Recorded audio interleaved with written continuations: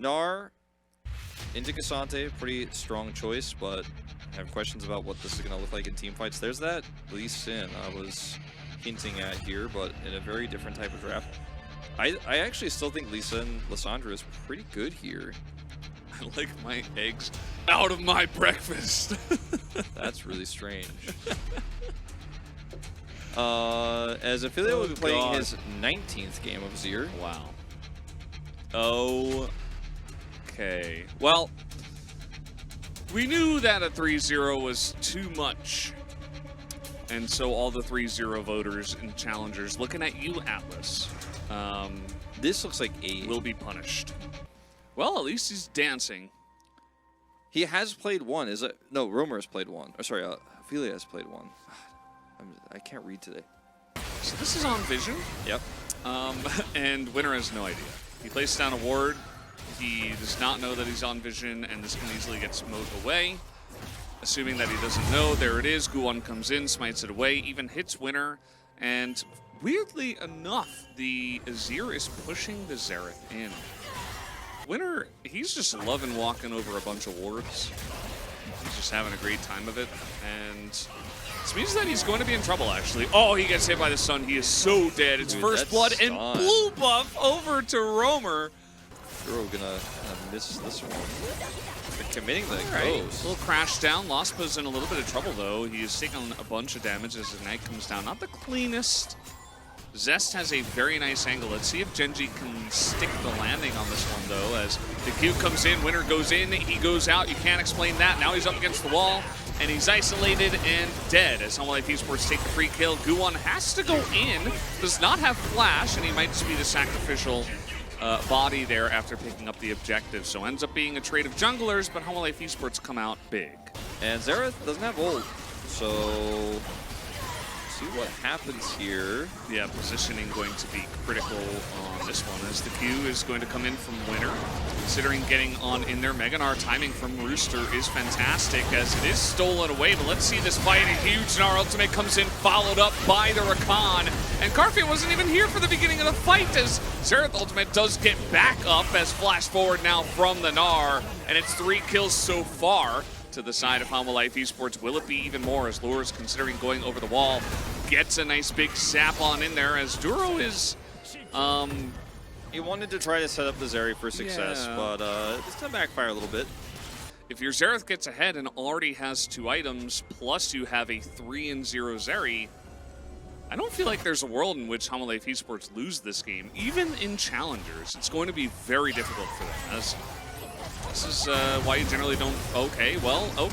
Just going to force Carfia to flash here. Very, very nice. I was like, that's why you don't pick Vi into Xayah. Then I was like, oh. He almost dies because he pressed R with the Xayah. They're going to make a big stance here, even on this first Chemtech 3. The Zeri is pushing the Cassante away, and that's when you know... If you know, you know. If you know, you know. Duro on the flank.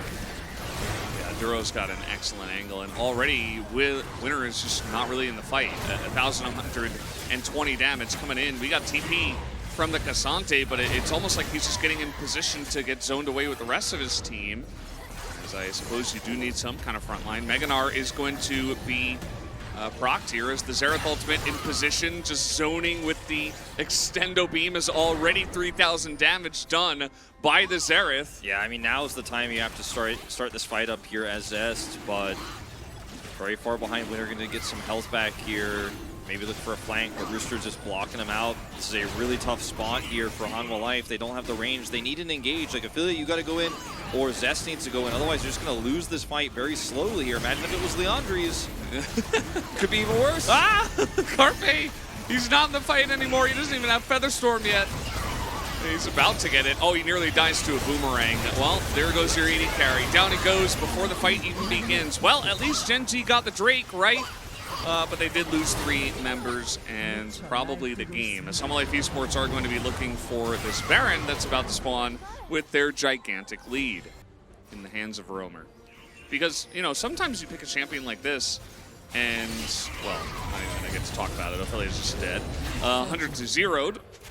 And, yeah, no counterplay, I guess. I like that, Actually, I do like that as well. A burger with That legs. actually sounds like really legit.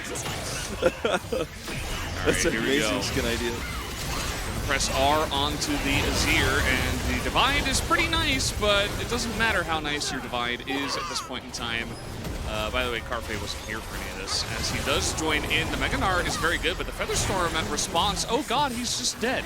Okay.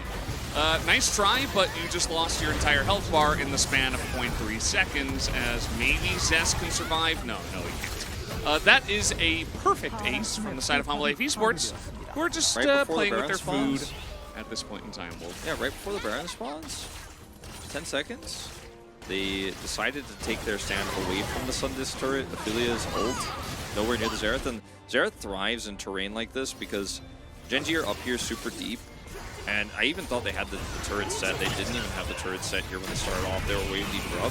Teleport comes through, and Guan's flank is pretty massive. And it's a nice Emperor's Divide, but like, look at how Xerath utilizes this terrain. When you're this far ahead, like, no one can get on top of Roamer.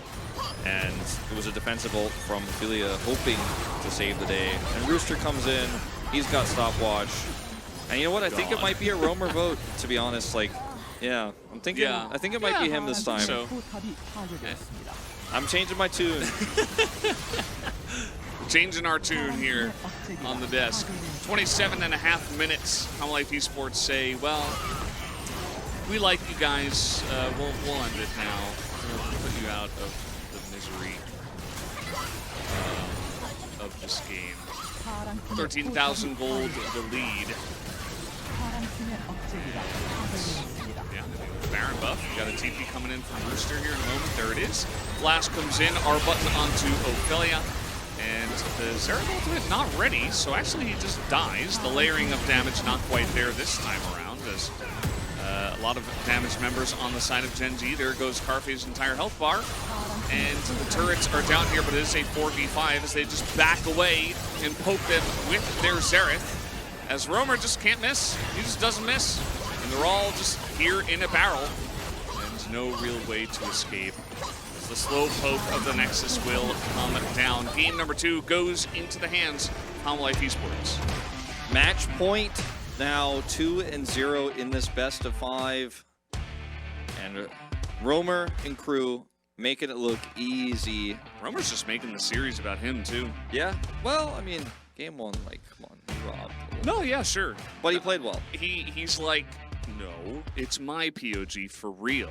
And Rooster also had an excellent game. He had a really good game, too. Like, his Gnar bar setups were really good. His peel was great, but I watch Roamer here. This is, if you can hit these and you go Ludens. Ow. I'll let you go Ludens for Ow. this. Yeah. I'll let you go Ludens for that one. How many kills did Lure have? About 8,000 million. Yeah. He actually did more damage than Xerath. He did. Maybe we should have voted But I think, for Zeri. I think the Xerath damage was more impactful. What is the Zeri-Xerath combo name? Zerathi? I don't know. I don't know if it's really a combo, to be honest. I don't think it's really a combo. It's Zeri with an X. Yeah, but how? But that's you can't actually associate a difference between saying Zeri or Zeri. Zeri-Wrath. Yeah, I don't know if we're gonna make this a thing, Chad. I don't think so. I think we are. I think it's happening.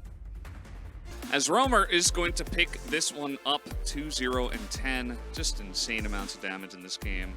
Look at his damage per gold. Yeah, 211%. That's crazy. Kind of unsurprising, though, especially when the team got so much gold. Yeah, they did. They were stomping, and he continued to be a part of that. And 0 deaths on Xerath into the composition they're playing against is pretty impressive. I think it says a lot about his positioning, but also says a lot about Gen.G's inability to be decisive on those fights.